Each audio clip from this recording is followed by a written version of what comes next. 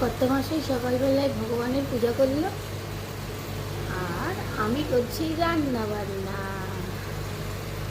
কি অবস্থা সকালবেলায়, ভাত খাওয়ার সময় কারেন্ট চলে গেল।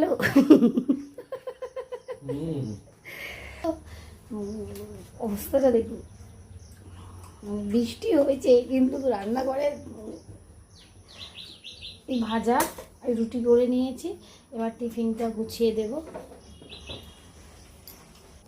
কারেন্ট চলে গেছে, গরমে ভাত খাচ্ছে একজন আর ঘামছে, তো আমার টিফিন কমপ্লিট।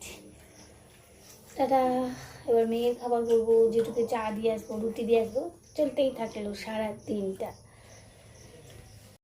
একেবারে জেঠুর জন্য চা করবো, তার জন্য আমার জন্যও চা করে নিলাম। দুজনের চা একসাথে করে নিয়ে চাটা ঢেলে নিয়ে তারপরে একটা রুটি দিয়ে জেঠুকে দিয়ে আসবো, আর আমি রুটি আর চা খাবো। আর সঙ্গে মেয়েকে জিজ্ঞাসা করলাম, বাবান উঠে গেছে, যেহেতু কারেন্ট চলে গেছে, যতই ঘরটা ঠান্ডা থাকুক ও তো উঠেই যাবে, ফ্যানের আওয়াজ না থাকলেও উঠেই যাবে। তো ও বললো আমি দুধ সুজি খাবো। এবার এটাই চাটা খেতে খেতে আমি ওর জন্য দুধ সুজি বানাবো। টাটা।